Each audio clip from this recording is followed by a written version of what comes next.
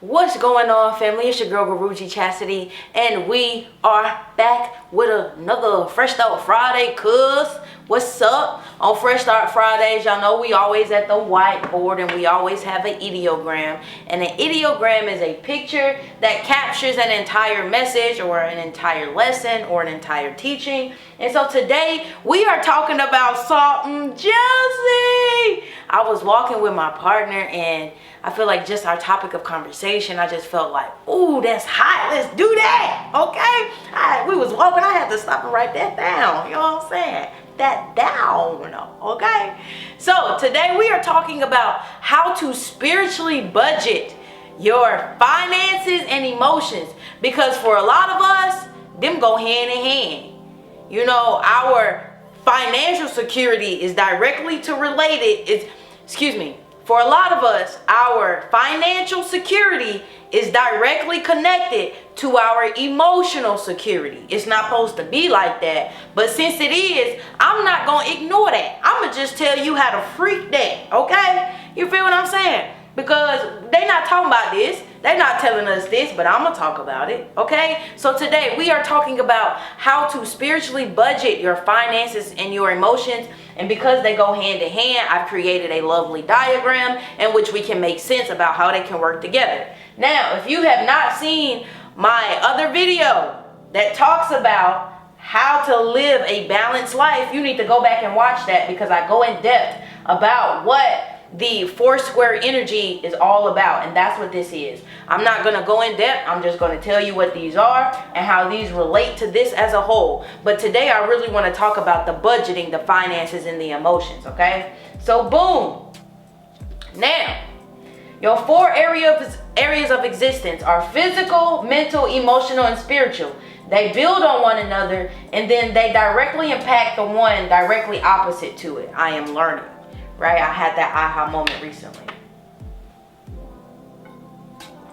And so, in order to experience life in your proper person, you need 25. You need Foursquare Energy. You need them 4 quarters up, cuz. You need them 4 quarters. You feel me? Okay? So you need that physical, mental, emotional, and spiritual game tip top. Right? Now, I used to personally believe that if I'm Foursquare Energy, and most people who are Foursquare Energy, we only teeter between 4 and 3 square. Okay? We only go to 2 and 1 when we want to go investigate. When we play like we an emotional crackhead, but we just undercover. We going back to where we know we belong, which is with that Foursquare Energy. Okay? So for the most part, when you 4 and 3 square energy, if you start interacting with people who is 1 and 2 square energy, you're going to be like, no, ma'am. But I'm going to get my purse. And you're going to be done with it. Right? It's because it's going to create a negative experience for everybody. But what I'm learning is that when you're a 4 square or 3 square energy, you can learn to appreciate people who are not, because they normally fulfill those areas in which you sometimes lack. And if you get down and focus on what they're good at and the value that they do bring instead of what they don't bring, and don't get caught up in that trap, you're way better off. And I know for me, I've had that experience where it's like, man, I really like this person, or I think they're really cool, but I couldn't get out of the story I had in my head of like, why are we doing this? I'm one of those people, if it don't have purpose, why am I here? Like, and for a lot of people that don't feel good, because some people just want to show up. You can't come to my party and just show up. I'm sorry. You can't just come up in here looking cute. You got to bring something. Okay? And so sometimes, I know for me personally, when I drop from a 4 square to 3 square energy, it's always physical. Physical is my last one because I be up in the clouds. I don't really be here all the time, right? And so learning how to like physically take care of myself and be a mother to myself and be a father to myself and really be an adult, I am always behind, I feel like, where we're supposed to be, or my peers or people around me for someone my age. But that's just the name of the game for me. I don't knock it. I just try to improve it the best way I know how. And so when I meet people who only live in a physical body, I try not to get mad no more. I try not to get agitated. I just honor the fact that Sometimes when I don't know what's going on, it just be in my physical, and that be the one area that they had going on. So I just be riding with them. I be like, okay, come on, let's go. And then they get access to all of this other stuff, and they get an opportunity to check out the physical. I mean, they get an opportunity to check out the mental, emotional, and spiritual because they have access to me. So I be like, okay, cool. Now, here's the tea. I know I don't go over here all the time. I don't live over there because what we got going on. If I got all three and you just got one, I know for me, that's going to get played out real quick. I'm going to want to do something else. And I'm not finna rush you to learn how to evolve your mental, emotional, and spiritual to catch up with me just so we can have a good time. No, I'm going to just come over here sparingly. I'm going to come over here when I need to. It ain't nothing wrong with that. If you communicate that with people. If you're not communicating that, then there is a problem. Excuse me. Right? And so a further breakdown of this is in the video, How to Live a Balanced Life. So please watch that, okay? So when we talk in terms of how to spiritually budget your emotions, we are talking about your Foursquare energy, your physical, mental, emotional, and spiritual. These are 4 quarters, okay? 100%, 4 quarters. You want to make sure you have 25% in each.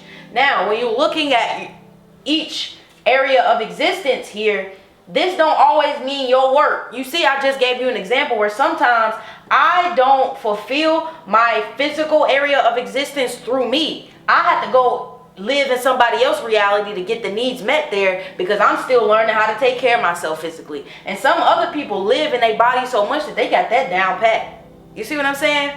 Right? And so don't fret to feel like, oh my God, I got to feel like I got to do this all myself. That's where we're missing the mark. That's where we're really missing the mark. Truly, as a race of people, as just as humans, that we're supposed to be sharing our stories so we can all evolve together, right? And so if we take the weight of the world on our shoulders, i.e. this 100%, then we really are missing the mark. But it's up to you to figure out how you need to divvy up what's inside of this, or how you're going to meet those needs. It's up to you to explore that, to get curious about that, not to defend the fact that you don't have time to look at this or to do stuff like this. Don't defend that mediocrity. Don't do that. All right. So look, fam, what we doing right here is, now that we know how to spiritually budget our finances by making sure that our Foursquare energy is there, which is physical, mental, emotional, and spiritual, I really want to talk about how this same idea plays into how you budget your finances, okay? And if you want to, because a lot of times we feel like, oh my God, this is so perfect. Oh, I love it here sometimes. We believe that your finances is what impacts your reality. So again, to really experience in your proper person, you need this together to have a good reality. We oftentimes believe it's our money that impacts our reality, but it's in fact how we are engaging with our reality over here that impacts our money over here. You see what I'm saying, big dog? You see what I'm saying? Okay, so we get caught up in that. And so that's not what we're doing. I'm finna break it down, right? So when we look at monies, when you get paid every week or every bi-weekly or however you make your money, cuz this how you supposed to divvy up the change. 70% of your income is supposed to go to your living expenses, your survival needs, your food, clothing, and shelter, your Wi-Fi, your cell phone bill, the grocery bill, your rent. All right, that go right here in the 70%. The 20% go to the debt, the people that you owe. And excuse me, your 70%, that's what a light bill. That's where all the bills at. This is the debt. 20% is the debt. Right? If you don't got that, you still put money in this 20%. And you'll learn why later. But still put money in this 20%. And then when we get down here to this 10%, this is where you pay yourself. This is where you pay yourself at this 10%, family. Okay? Now, let's look at this. I stole this ideogram. I'm so proud of it. I hope she watched this video.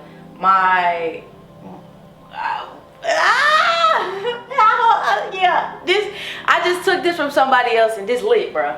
So look, Now I done broke down the percentages of the money. This is simple. The percentages of the money is simple. 70% of your income go to your survival needs to pay your bills. 20% of your income is going to go to debt. If you don't got debt, you still set aside 20% of your income. And 10% of your monies go to paying you. Now you can do this. You need to do this every way. So even if you work and earned income, which means you have a steady job, break it down when you get paid. When you get paid weekly or bi-weekly. But if you got a side hustle, still divvy up the change like this. Okay? Now, this blue line at the top, these are the tones. These are the emotional tones that's happening when we break down money like this. The reason why we got to talk about these tones is because we're not going to succeed at anything we try to accomplish if we aren't emotionally invested in it. And so instead of being confused on how to emotionally invest in it, I'm finna just break it down right now. So these blue lines on the outside of the money part are the emotional tones. So physically, the tone of this, we normally believe that physically, I want to take care of this 70% first. We normally think we want to go here first, but that's why I drew this divot to here. When you get paid, anytime, fight the urge, fight it. And fight it. That's what I mean, cousin. Fight the urge to divvy up the money starting at this point. I need you to make it down here first. So what that means, when this shows up, when you get that paycheck, I need you to take out that 10% first. I need you to come all the way down here. I need you to make that 10% first. Because when you start to do this physically, right? When you show up to the challenge, because this is where fear is. Look at this. This is a roller coaster, family. This diagram is teaching us so much. If only you paid attention. Okay, come on now, cousin. This is a roller coaster. This is the scariest part. Oh! And you make it here. Fight the urge. Ride the roller coaster. Feel the fear and do it anyway. This is what a roller coaster is. You getting on something willingly to scare yourself. But when it comes to overcoming the fear of writing a new story for your life, of creating change, oh, that's too scary. No, man, come on, quit playing with me, big dog. Quit playing. So look at Linda, honey, look, listen, Linda. When you get paid, fight the urge, feel the fear and do it anyway, and ride that roller coaster all the way over here to that self-love by default, because that's what this is. When you pay yourself first, you fill your own cup. When your cup is full, you tell and you start to feel good. God said, okay, I'll give us some more of that. Okay, we got to start here. That's the physical tone of this. This is the physical, tone of voice on that one. Now, it's something going on under the underbelly that's quite the opposite of the physical, which is the spiritual, right? Because remember what I say, in the 4 areas of existence, the things directly across from each other impact each other the most. So your physical reality directly and really intensely impacts the spiritual world that lives underneath it, the unconscious reality, because everything is created here and we experience it here, i.e. we see it through our physical senses here, but it was created here first, right? And so when we start divvying up money, you want to tap into the spiritual first, whether that for anybody, just for a default, it needs to be gratitude. It needs to be gratitude, some type of something, when I say ritual, I'm just saying some type of, I take a couple of dollars here, I sit down and I journal and I give thanks about what I'm going to do with this money and I set intentions.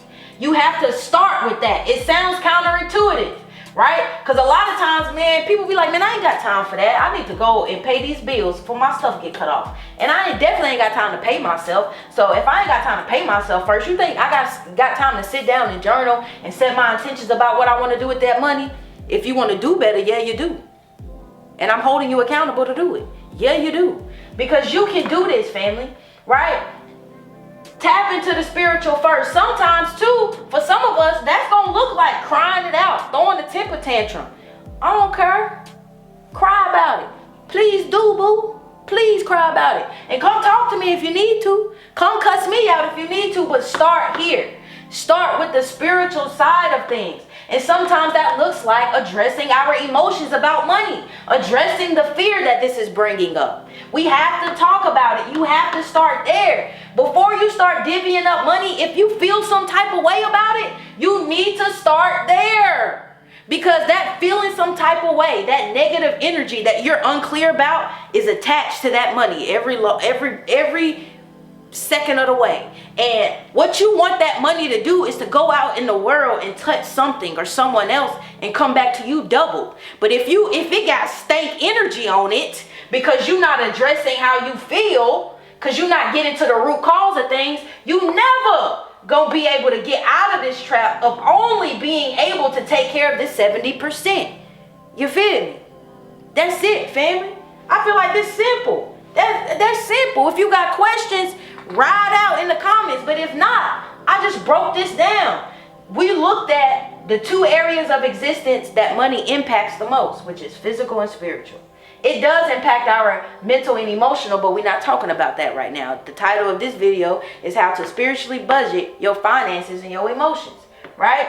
And so, yeah, I could have started at the emotional category, but physically, too many of y'all gonna say, oh, but I still gotta pay my bills. And so I'm not finna leave that out, and I'm not finna act like your reality ain't true. It is true, because I go through it myself. But once I really let go, again, because physically, when you on a roller coaster, you gripping. When you ride a roller coaster and your hands like this, it's not fun. But when you, whoa, okay, yeah, okay, yeah. When you get some of that in there, it's better. And so I had to learn how to do that. This is how you do that. You break the money into 70, 20, 10. You fight the urge physically to pay yourself first. You feel the fear, you do it anyway. You ride that roller coaster up all the way over here to this 10% and pay yourself first. Once you pay yourself first, you will have an emotion, you will feel something. If you're not used to this, something gonna come up, whether it's thoughts, feelings, you might have visceral body reactions about it. I don't care. You're gonna deal with it, you're gonna address it, and you're gonna ask for help where you need help. You're gonna share your story where you need to share your story. A lot of times we don't need help. We know this to be true. You know this to be true, cousin, right? But you may need to hear this out loud. You may need to talk to this. You may need to talk about this to someone just to hear the thoughts, right? But you don't need nobody to tell you what to do. Only you know what's best for you. And that's how you overcome continuing to reincarnate as a human. When you start to believe only you know what's best for you and you follow through with that, only then when you get out of the trap of reincarnating back and forth and keep doing this hard shit. Because this is supposed to be hard, but it's supposed to be fun at the same time. And if you lose sight of the fact that this is supposed to be fun, you're going to keep coming back down here until you remember that, okay? Until next time, I love you. Peace out.